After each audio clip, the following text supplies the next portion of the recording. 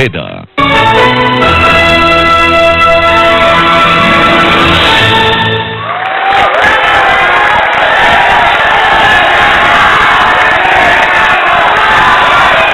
Baik, kita kembali ke duel kandidat. Anda bisa berpartisipasi dengan mengirimkan SMS polling, sehingga nanti pada akhir acara ini kita bisa melihat pilihan Anda, siapa yang lebih banyak mendapatkan pilihan. Sekali lagi, ini tidak ada hubungannya dengan elektabilitas, karena mereka berasal dari daerah pemilihan yang berbeda-beda saja ya. Kita akan lanjutkan ke Bung Saleh. Saya persilakan untuk mengambil salah satu topik yang ada di fishbowl. Dibuka dulu, ya. Diperlihatkan ke kamera. Ormas anarkis. Baik, waktu Anda 1 menit. Baik, Assalamualaikum warahmatullahi wabarakatuh. Salam sejahtera untuk kita semua. Bahwa sebetulnya pendirian organisasi masyarakat itu pada prinsipnya adalah bagaimana agar organisasi masyarakat itu sendiri bisa memberikan pelayanan kepada masyarakat yang ada di sekitarnya. Nah, karena itu tidak ada alasan sebetulnya bagi organisasi masyarakat yang melakukan tindakan anarkis, apalagi misalnya tindakan anarkis itu dilakukan atas nama agama. Nah, karena itu kita dari Partai Amanat Nasional selalu tegas untuk mengatakan siapapun ormasnya, apapun bentuk ormasnya, kalau ternyata terbukti melakukan tindakan anarkis dan melanggar undang-undang, melanggar hukum dan ketentuan yang berlaku di Indonesia ini, maka harus segera dan tegas itu ditindak. Nah, karena itu dalam rangka bagaimana mensosialisasikan agar ormas-ormas yang ada itu menjadi baik kepada masyarakat dan sekitarnya, maka diperlukan peran pemerintah untuk memberikan pelatihan-pelatihan, pemberdayaan, kemudian memfasilitasi bagaimana agar ormas itu menjadi baik. Baik, silakan kembali. Bung Ramadan. Saya melihat ada satu hal yang harus kita camkan bersama, bahwa kekerasan atas nama agama ataupun ormas-ormas yang berbuat anarkis mengataskan atas nama agama juga, ini harus kita sadari ini berbahaya bagi kelanjutan, bagi keberlangsungan dari Negara Kesatuan Republik Indonesia. Ya. Saya teringat Bung Pito tahun 1993 sampai 1996, saya ada 4 kali ditugaskan melakukan peliputan di Bosnia Herzegovina, di bekas Yugoslavia. Pada saat itu kekerasan ya yang terjadi antara Muslim Bosnia, kemudian Katolik di Kroasia, dan Kristen Ortodoks di Serbia. Sebenarnya tidak ada agama yang mengajarkan kekerasan, tetapi karena ini dimanipulasi oleh politisi-politisi, ini bahayanya, politisi-politisi yang mengejar kedudukan. Bang, saya potong. Pertanyaan saya kemudian, begitu banyak kekerasan di Indonesia yang mengatasnamakan agama, sampai sekarang masih kita lihat sisa-sisanya, apakah juga digerakkan oleh politisi? Saya kira ya juga digerakkan politisi. Ada unsur-unsur seperti itu. Sama juga dengan di Yugoslavia, di bekas Yugoslavia. Pada saat itu ada banyak orang yang pengen untuk menjadi presiden, menjadi perdana menteri, begitu. Kalau nggak ada separatisme begini, sampai kapanpun nggak akan bisa orang kami itu menjadi presiden. Dari sisi Anda setuju bahwa ormas anarkis dibubarkan? Anda setuju itu? Ormas anarkis, apapun itu, ya, tentu harus melakukan pembinaan dulu. Kalau yang nggak bisa dibina, ya dibubarkan saja. Okay. Karena jelas nggak bisa gitu. Pertaruhan kita ini harus kita jaga. Jangan gara-gara kepentingan sempit, gara-gara untuk pencitraan, ya, maka NKRI ini kita korbankan. Ingat bahwa ribuan, yang tewas, yang gugur untuk merebut kemerdekaan ini, dan itu ada dari semua agama. Nah, jadi karena itu kita tahu bahwa ini adalah masa depan Republik ini adalah masa depan kita bersama. Saya ingin menanggapi. Saya ingin mendengar Mustafa bercerita menanggapi soal pencitraan tadi. Jadi gini, saya yang khawatirkan adalah para politisi rapuh. Sekali lagi, politisi rapuh. Politisi rapuh adalah politisi yang dibiayai oleh cukong-cukong asing. Ini sangat berbahaya. Banyak? Karena ada nggak? Saya kira banyak sekali. Ada nggak di antara kawan-kawan? Saya tidak tahu yang di atas, saya tidak tahu. Yang jelas yang nomor 3 ini tidak. Ya, ini yang paling berbahaya. Terbuka dong. ketika politisi disetir oleh kepentingan asing, ini terbukti banyak undang-undang yang merugikan rakyat Indonesia yang disinyalir ini adalah hasil dari setiran asing yang ini harus segera di... Undang-undang ormas itu termasuk settingan asing nggak? Gimana? Undang-undang ormas settingan asing? Ada saja seperti itu. Ada sentuhan-sentuhan sedikit. Maka dari itu, ini Muhammadiyah mengajukan ke MK itu supaya itu tidak segera disahkan. Ya, sebentar, sebelum itu ini jangan-jangan termasuk settingan asing Anda ini. Ketua Pansus. Gimana? Jelaskan. Tapi bagaimanapun tuduhannya sama sekali nggak bisa membuktikan. Iya. Kalau terbukti bahwa undang-undang ormas itu disusupi oleh orang asing, hari ini juga saya berhenti dari DPR. Ya. Itu yang pertama. Yang kedua begini, memang mudah mengatakan bahwa ormas anarkis harus ditindak. Saya punya pengalaman membahas undang-undang ormas bersama teman-teman Demokrat, P3, PAN dan sebagainya. Menurut saya jangan pernah kemudian menganggap menyikapi tentang ormas anarkis itu mudah. Yang pertama kenapa? Karena bagaimanapun juga negara ini sudah kadung mengatakan, menegaskan bahwa kebebasan itu hak individu, hak warga negara. Orang berkumpul, orang berserikat itu nggak bisa dilarang oleh siapapun, gitu kan. Lalu bagaimana kemudian cara menyeimbangkan antara orang melakukan mengekspresikan kebebasan itu dengan orang tertib dengan kebebasan dan bisa menghormati orang lain. Nah karena itu di Undang-Undang Ormas itu jelas dikatakan bahwa pertama kita memberikan sanksi itu konteksnya pembinaan. Saya setuju, tetap konteksnya pembinaan. Yang kedua saya kira mulai penegakan hukum. Yang ketiga tindakan yang paling keras kalau kemudian ada ormas anarkis dan selalu melakukan tindakan anarkis dan tidak pernah tahu dengan aturan main, aturan hukum yang ada. Saya kira negara sekali lagi harus bertindak, negara harus melakukan kegiatan atau aktivitas bertindak begitu sekali lagi atas nama kebebasan. Kalau kemudian ormas anarkis dibiarkan maka pasti itu akan mengganggu kebebasan ormas lain atau kebebasan individu. Nah, ini beliau kan yang paling orang penting dalam pembuatan ormas itu. Ketua Pansus kan. Ngeri. Sekarang cara membedakan antara itu tindakan oknum dengan tindakan ormasnya bagaimana cara membedakan? Oke, saya jawab. Yang pertama begini, memang kemudian yang sempat menjadi perdebatan, bagaimana kemudian orang mengidentifikasi atau negara ini mengidentifikasi apakah itu kegiatan personal seseorang begitu dengan kegiatan atas nama institusi. Nah, itu justru lah kemudian seringkali menjadi alasan ormas anarkis itu. Ketika misalkan salah satu anggota melakukan kekerasan dan kemudian diproses hukum, maka alasannya oknum. Karena itu Undang-Undang Ormas mencoba untuk tidak terjerat kepada alasan atau apologi seperti itu. Nah, karena itu sekali lagi bahwa urusan apakah ormas itu layak dibubarkan atau tidak, kita kembalikan ke pengadilan. Baik. Pengadilanlah yang akan memutuskan lebih fair untuk memutuskan itu. Saya mau menanggapi tadi sedikit dari Bang Pohan tadi, bahwa tadi ada katanya bahwa kekerasan itu juga mungkin disetir oleh para politisi segala macam. Saya kira ini perlu dihapuskan. Karena apa? Itu dia yang ngomong itu. Enggak, nanti politisi. Iya, ini politisi asing. Pak Mustafa nanti saya kasih lagi. Oh, ada lagi berarti. Ada. Jadi karena saya melihat bahwa kalau betul itu nanti disetir oleh para politisi, yang saya kasihan bahwa ada banyak politisi kita yang masih baik dan bagus untuk bagaimana mereka berpikir untuk membangun bangsa ini. Nanti kalau kita sebut bahwa mereka yang mensetir kekerasan, coba yang terjadi adalah saling curiga. Jangan-jangan P3 ini yang melakukan anarkisme, PKB atau PKS atau bahkan mungkin Partai Demokrat gitu. Nah, kalau itu yang terjadi, maka yang rugi adalah para politisi sendiri. Kalau rugi para politisinya, maka bangsa ini yang rugi. Saya lanjutkan untuk Mas Mustafa. Juga Mas Mustafa juga mengatakan tadi, mungkin jangan-jangan ada para politisi yang dibiayai oleh cukong-cukong asing. Pertanyaan saya adalah, apakah saudara punya bukti? Karena kalau memang itu punya bukti, saya mengatakan bahwa tidak layak orang-orang seperti itu dipilih. Karena kalau misalnya kita menyebut bahwa ada para politisi yang dibiayai, katakanlah Mas Malik dibiayai oleh para cukong-cukong asing. Kasihan sekali misalnya Mas Malik ini, yang saya tahu persis beliau adalah seorang aktivis yang saya kira kecintaannya kepada bangsa ini melebihi daripada kepentingan yang lain. Tapi karena itu begini, saya lanjutkan.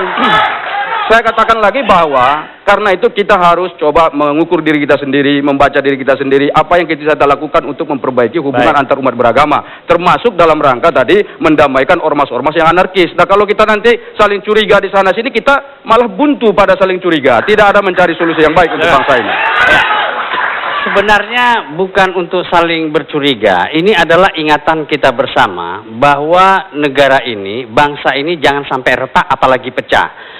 politisi selalu berada di balik ini semua karena ada kepentingan politik di sana. Nah, karena itu perlu kepentingan dibuktikan, politik ini, itulah sebabnya, Bung. Itulah sebabnya apabila terjadi kekerasan seperti itu, maka kita semua politisi yang Anda katakan tadi sebagai di jalur yang benar gitu, kita harus berdiri mengatakan tidak kepada kekerasan itu. Baik. Itu satu. Dan yang kedua, ada satu hal, Bung Vito, dari gambaran PKS tadi tentang ketakutan terhadap asing, itu xenofobia ya. Xenofobia itu tidak tepat untuk kita. Nanti karena apa? Kita ini kan Indonesia harus bekerja sama dengan negara-negara asing. Kita kan harus menghormati. Nah, kalau misalnya ya, ada undang-undang yang ditelurkan atau disetujui oleh DPR itu bertentangan dengan PKS ataupun hati nurani PKS ataupun katakanlah kepentingan dari PKS ataupun yang disusupi oleh asing, PKS bisa mengatakan tidak dan walk out terhadap undang-undang tersebut. Faktanya? Tetapi ini kan tidak terjadi. Faktanya PKS sangat mendukung undang-undang ormas. Nah, di situ Saya ingin mengkoreksi apa yang disampaikan oleh Pak Ramadan Pohan ya. Saya tidak setuju kalau di balik itu ada politisi, ini berbahaya sekali. Karena kita menuju pemilu dan orang kemudian akan melihat melalui saluran televisi ini, wah seakan-akan memilih politisi itu bahagian dari pendukung ormas kekerasan entah di satu tempat. Saya justru secara pribadi belum pernah melihat ada satupun politisi yang mendukung adanya tindak kekerasan. Ya. Saya katakan bahwa kekerasan yang muncul itu lebih karena faktor non-agama yang diagamakan atau faktor pribadi yang diperumumkan. Ini yang terjadi. Contoh misalnya kalau kita lihat di Madura, kekerasan yang terjadi kemudian keluar ke tingkat nasional seakan-akan pertentangan antara Sunni dan Syiah. Tapi padahal ini pertarungan banyak a priori antara di luar sana, Mas Roy. Banyak a priori di luar sana. Partai-partai itu tidak mau terlalu terlibat terhadap permasalahan-permasalahan yang dihadapi oleh kelompok-kelompok minoritas begitu, yang kemudian mengalami kekerasan atas nama agama. Dan itu menjadi pembiaran. Karena apa? Karena takut kalau misalnya yang minoritas ini dibela, yang mayoritas tidak akan memilih mereka. Salah besar. Saya kira hampir semua partai politik termasuk Partai Persatuan Pembangunan, kita menyatakan paling awal untuk tidak dilakukannya kekerasan atas nama apapun, apalagi atas nama agama. Kalau PKB setuju agama untuk dijadikan landasan sebuah kekerasan. Saya tanya sekali lagi, Anda setuju? Apakah benar seperti itu? Sejak dulu guru kita, pendiri PKB kita, Ki Haji Abdurrahman Wahid, tegas sekali. Tidak hanya sekedar bicara, apapun alasannya, yang namanya kekerasan itu nggak bisa dibenarkan. Termasuk alasan agama pun. Karena itu sampai sekarang kita pegang teguh-teguh. Termasuk apakah kemudian yang melakukan kekerasan itu kelompok besar atau kelompok kecil? Menurut Anda, saya potong, tidak berani menindak dengan tegas pihak-pihak yang melakukan kekerasan, termasuk upaya menjadi populer di mata mereka. Ya, karena dan kemudian sikap, meningkatkan bisa elektabilitas. saja sikap partai politik, bahkan sikap negara atau pemimpin negara ini sudah masuk angin dalam arti begini, sudah menjadi komoditas politik. Partai politik seringkali bertindak, hanya bertindak untuk tidak bertindak begitu, karena sekali lagi pertimbangannya adalah popularitas. Baik. Seringkali kemudian orang tidak melakukan kebijakan yang mungkin tidak dianggap populer, tetapi sebetulnya itu salah. Nah, karena itu bagi kami kekerasan sekali lagi siapapun pelakunya dalam bentuk apapun nggak bisa dibenarkan. Baik. Dan itu Anda maju ke depan deh. Demokrat sama PKB sama ini posisi. Anda maju ke depan, Anda buka ini. Sama posisi kita. Ya kan sama-sama di sekretariat bersama, gimana sih? Coba. Bentar.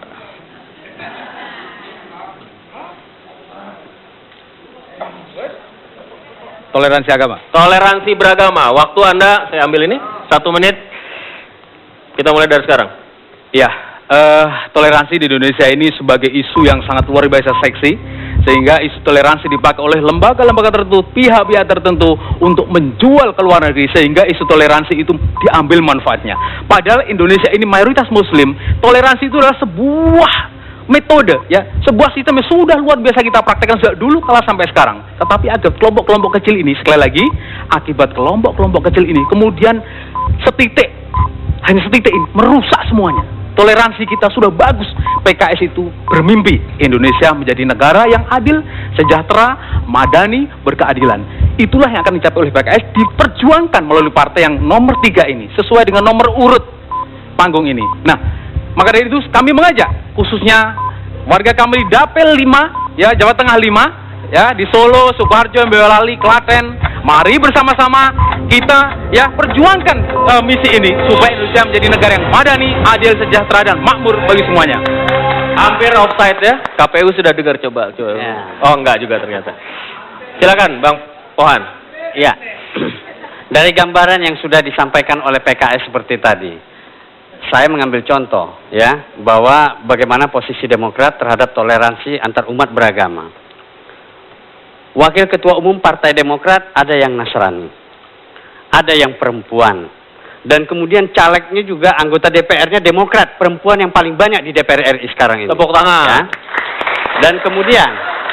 Dan kemudian yang dari kalangan non-muslim juga mendapatkan tempat. Bahkan di Komisi 3 itu sering tuh non-muslim kita sering untuk pimpinan-pimpinan. Sementara komisi. PKS, Nah itu dia. Sementara PKS tidak memperlihatkan seperti itu gitu loh. Nah saya ingin menantang, men-challenge nasionalisme, men-challenge NKRI pluralisme dari PKS dari Pak Nahra. Bagaimana? Wah, luar biasa. Pertanyaan ini sudah banyak sekali di Twitter maupun di Facebook, sudah banyak itu pertanyaan ini, dan ini sudah jadul pertanyaannya. PKS tahu nggak PKS? Sekarang ini caleg PKS ada yang non muslim loh, pendeta juga ada. Jangan kaget. Inilah penghargaan PKS terhadap minoritas yang ada di Indonesia, memberi kesempatan kepada dia untuk menjadi caleg PKS. Ini terobosan baru dan ini bukan pertama kali, udah kedua kali. Loh, kan belum. Karena ini prinsip demokrasi mayoritas. Mungkin suara dia kecil di daerahnya, tidak bisa masuk ke Senayan. Ini adalah resiko dari demokrasi. Tidak mungkin kita paksakan yang suaranya cuma nggak dapat satu kursi, kita paksakan ke Jakarta. Tidak mungkin. Ini resiko demokrasi.